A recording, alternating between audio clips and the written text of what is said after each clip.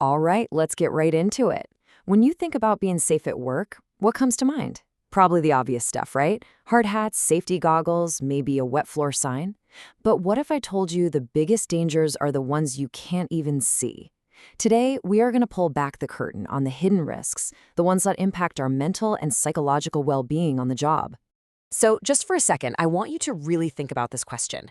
What is the most dangerous part of your job? Is it a specific machine, a chemical you handle, or is it something else? For a lot of us, the real answer might be that constant pressure from deadlines. Or maybe it's a crushing workload, or just trying to navigate tricky team dynamics. These are the kinds of risks that don't have warning labels, but believe me, they can be just as harmful. They're so common, so baked into our daily work life, that we often don't even see them as risks at all. And that brings us to this really important concept that actually has a formal name: psychosocial hazards. Now, I know, it sounds a little academic, but it's a super important term. It helps us put a name to, and more importantly, manage these invisible pressures that can cause very, very real harm. So what are they exactly? Well, here's the official definition. Basically, a psychosocial hazard is anything in how our work is designed or managed that can ramp up work-related stress. And we're not just talking about feeling a little frazzled at the end of the day. The key here is that this stress can build and eventually lead to genuine physical or psychological harm. It's about the system, not just the individual person.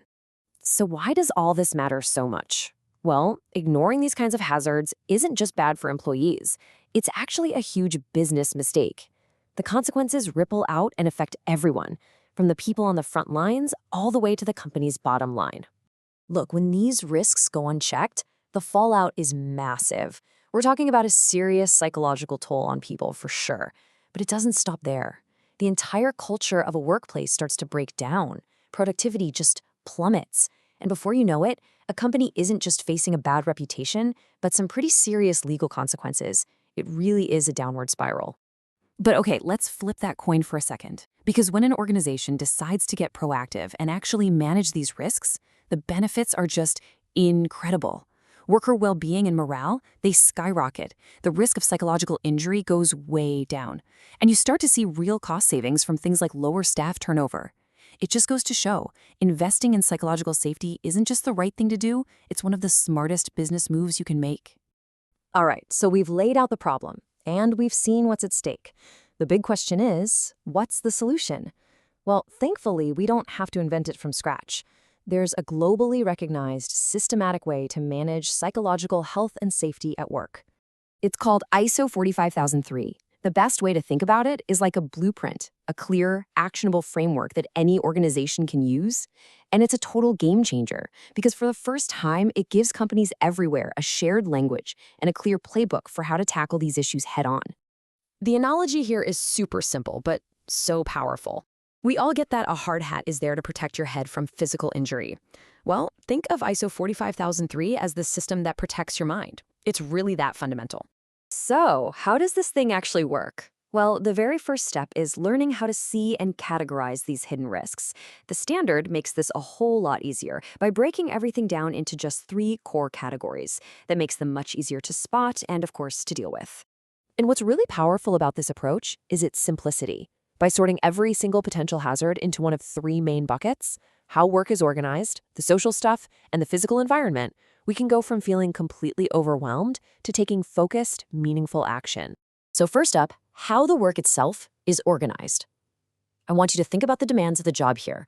We're talking about things like an unmanageable workload, a frantic pace, or that constant feeling of uncertainty about your job security. It's also about a lack of control, not having a say in how you do your work or really struggling to find a decent work-life balance.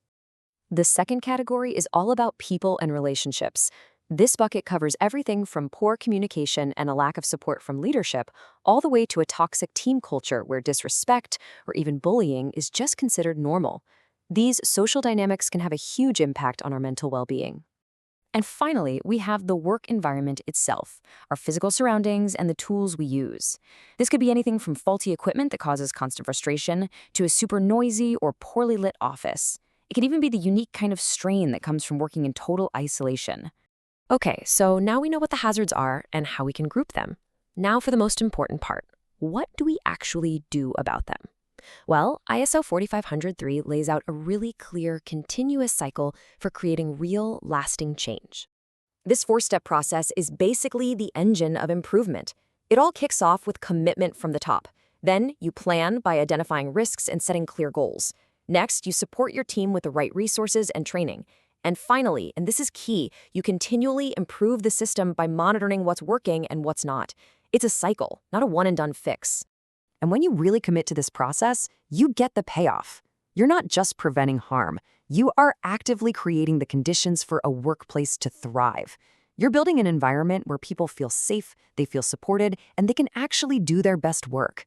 That is the real prize. So I'll just leave you with this final thought. Take an honest look around your own workplace, at the structure, the culture, the whole environment. Ask yourself, is this a place that is truly designed for people to thrive, or is it a place where they're just trying to survive? Because the answer to that question, well, it changes everything.